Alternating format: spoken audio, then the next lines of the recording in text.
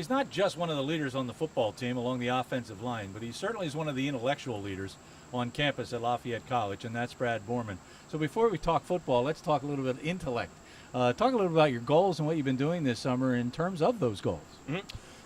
Well, what I've been doing this summer, I'm a biology major. Some of what I've been doing this summer, I have a research position. Mm-hmm. It's called the Preminger Gerontology Research Scholarship, and I've been working through them to study the process of aging as it progresses in the city of Easton, particularly at the Easton Area Senior Center. And the essential question that I've been looking to address and answer is whether or not life in an urban environment or the implications of living in a city like Easton have either a positive or a negative effect on the aging experience. And the conclusions that have been yielded thus far have been pretty fascinating. Really, kind of talking about the fact that Easton, the city of Easton itself, can act as a kind of an assisted living community in terms of the proximity and the amenities that are offered to her senior citizens. So that has been particularly gratifying because it's kind of a cap to 3 years of volunteer work that I've put in down there, and I've had the opportunity to partake in. So that's one of the pursuits that I have going on. A second one would be I'm working through Teach for America. I'll be teaching for America, teaching in Newark for 2 years following graduation. And through them, I'm working to establish a program called Let's Get Ready as a chapter of a national nonprofit organization that'll work to take 15 coaches from Lafayette students down to Easton Area High School and provide admonition and college admissions as well as free SAT preparation for the students down at Easton Area High School. So kind of a mentoring program that I think would be of use to Easton. So we're looking to get that up off the ground. I've been speaking with people and developing contacts the duration of this summer. And last but not least, I have a leadership internship up at school. We're looking to put together a symposium kind of on the art and craft of leadership and developing your leadership style. So I've been working to get in touch with alumni and, just kind of dipping into the alumni network through Lafayette to put together panelists and keynote speakers for that event.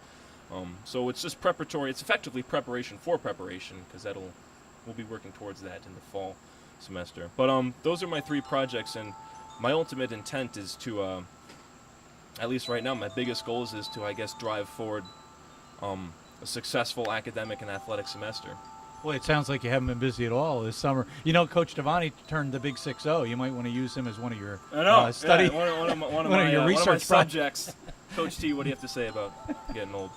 Well, you're actually getting old too on this football team. You're going to be a senior along that offensive line, and the offensive line certainly was a concern coming into this season.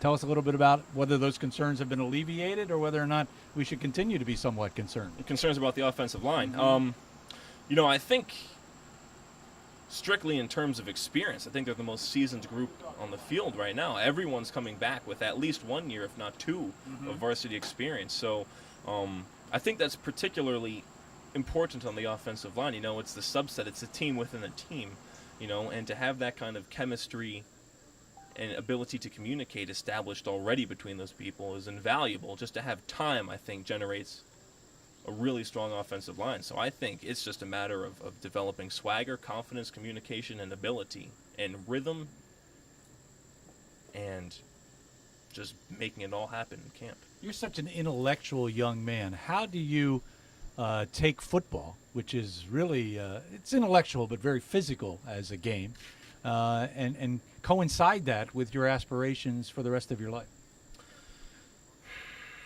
Well,